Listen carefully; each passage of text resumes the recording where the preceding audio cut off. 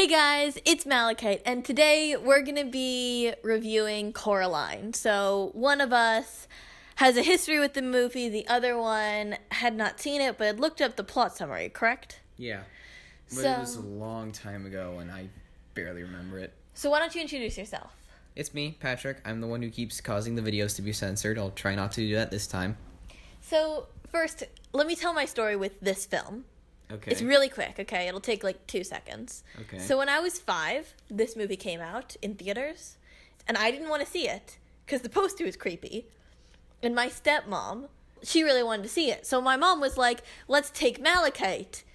Around like the middle point, by the way, spoilers, but when the parents get kidnapped, and I'll give a synopsis in a bit in case you're confused, I just lost it. I started crying. I was crying before then. But, like, they had to take me out of the theater, and I lost it. And we had a little door, like the one in the film, in my childhood home, in my closet.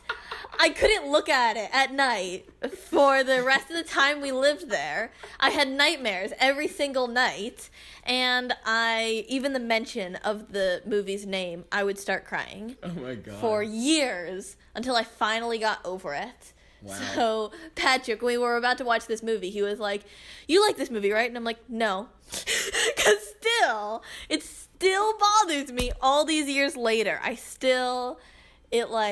It freaked me out on such a deep level. And that scene every time, bothers me just because of the scenario the first time I saw it.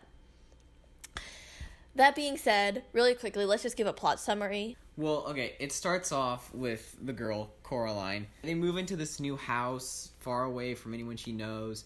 She doesn't like it there. It's being rented out. Like, part of the house is being rented out to her. It starts off, she's sort of exploring, going around, finds a weird world behind this little door. There's this lady there who's like her mom, who gives her literally her everything. Other mother with button eyes. Yeah, it's wonderful. Then it's not. Yeah. While we were watching it, one of the things that you kept asking was about the other mother's motivation. Yeah. I think the other mother is my favorite character because I cannot figure her out for the life of me. And I love characters I can't figure out. So some of the theories you were saying... Yeah, like it's sort of weird because you're never expressly told what exactly she wants. It's sort of like toward the end, it's sort of like implied that she basically eats children's souls. But some of, her dialogue, it was weird, because sometimes she acted like she was a real mother, so I couldn't figure out if she, wanted, a child or something, or if she just wanted to eat souls. And eventually, my theory, I just have a theory, my theory is that she wants, someone like Coraline, she wants a child, she wants a daughter, but she needs to eat the souls to live, and I think she wants to live more than she wants a child, so... I think, and also she can take the children when they come in, so I think that it's sort of she wants a daughter, she wants to live, so she'll take the daughter while she can, then she'll take what she needs to live, and then wait for another one to come. Mm-hmm. I think she's satisfied with that, but I think if she could find a way to have both, I think that's what she really wants, but that's unobtainable for her. So what was your favorite scene? I think the scene when she tricks the other mother into opening the door, that was clever. I liked YB. I thought he was... He reminds me of you. Thanks? I don't know. Yeah. He's kind of quirky. Yeah, he was a little weird. Coraline. I think Coraline was manipulatable. The cat. MVP. Regular mom. Little dysfunctional. Regular dad. I thought he was pretty funny. I liked him. Other dad? Other dad, puppet. Would you recommend this movie? Not to anyone who's under the age of, 9, at least. I agree with that.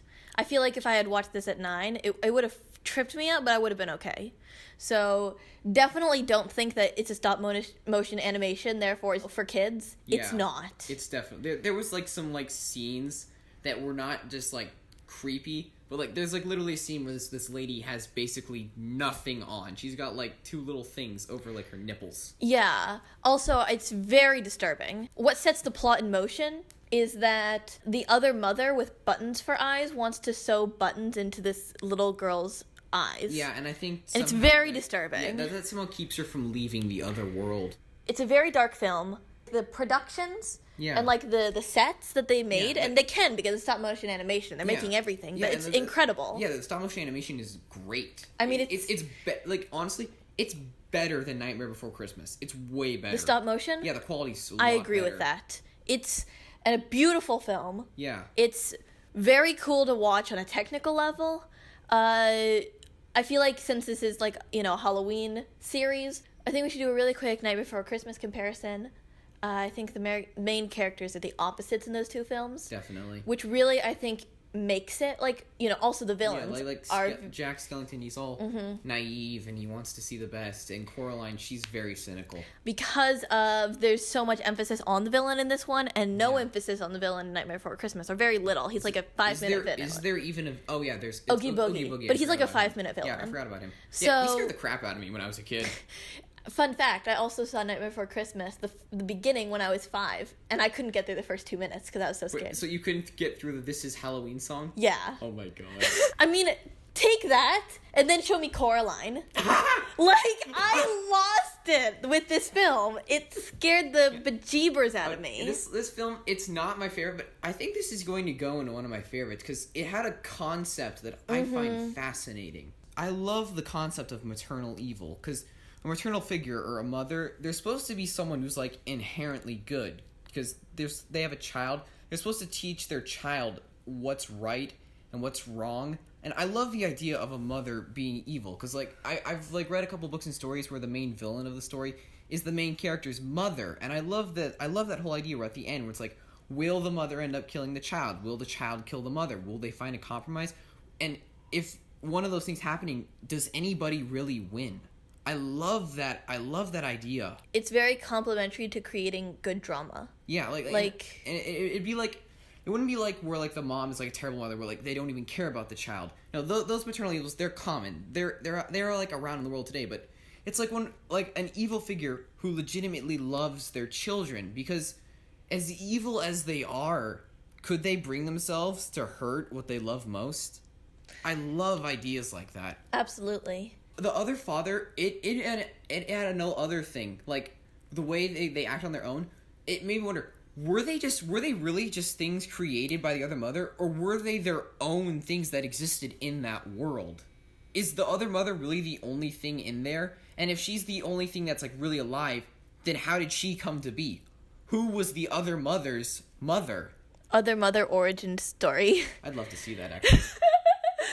Add it to the Coraline cinematic universe. Yeah, maybe there's some dark past with her mother why she decides to act like a mother and target children. Because again, can she only steal the souls of children, or does she just choose to target children? It's all fascinating. You know, I feel like the answer to that is that she goes after children since they're more gullible. How many stars would you give this film? I think 4, maybe 3. Out of 5? 4, 3.5. Okay, well, thank you so much, and happy Halloween. Happy Halloween. Bye.